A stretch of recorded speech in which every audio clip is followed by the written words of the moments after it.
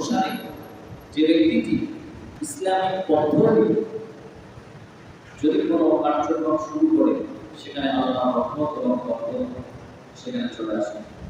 কথা বলেন আল্লাহর রহমত। ইতিপূর্বে আমেরিকা দূতাবাস থেকে 56 জন ইহুদিদেরকে আটকে রেখেছিলেন আয়াতুল্লাহ। তেনাকে আমেরিকাকে বলা হয়েছিল যে কমিটি সাহেব, আপনি আমাদের সৈন্যদেরকে ধরে রেখেছেন, আপনাদের রাজ্যে আপনাদের দেশে আমাদের পক্ষ থেকে যে খাদ্যদ্রব্য চাইতে সেটা আমরা বন্ধ করে দেব। আয়াতুল্লাহ কমিটি সাহেব বলেছিলেন যে আপনি তাদেরকে খাদ্যের ভয় দেখান, যে জাতি একটি মাস রোজা রাখতে পারে আল্লাহর সন্তুষ্টির উদ্দেশ্যে, না খেয়ে থাকতে পারে, সেই জাতিকে আপনি খাবার হুমকি দেন।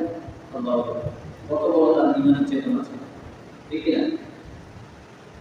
তো আল্লাহর উপর তাওয়াক্কুল করে যদি কোনো ব্যক্তি ময়দানে নামে, আল্লাহ রাব্বুল আলামিন স্বয়ং ফেরেশতাদেরকে সাহায্য করবেন। চিৎকার করা হবে সুবহানাল্লাহ। ইতিহাসে সেটা আছে, আছে না? বদরের যুদ্ধে কতজন সাহাবা নিয়ে কতজন সৈন্য মুসলমানরা যুদ্ধে নামলেন, বিজয় লাভ করলেন কে? আল্লাহ তাআলা।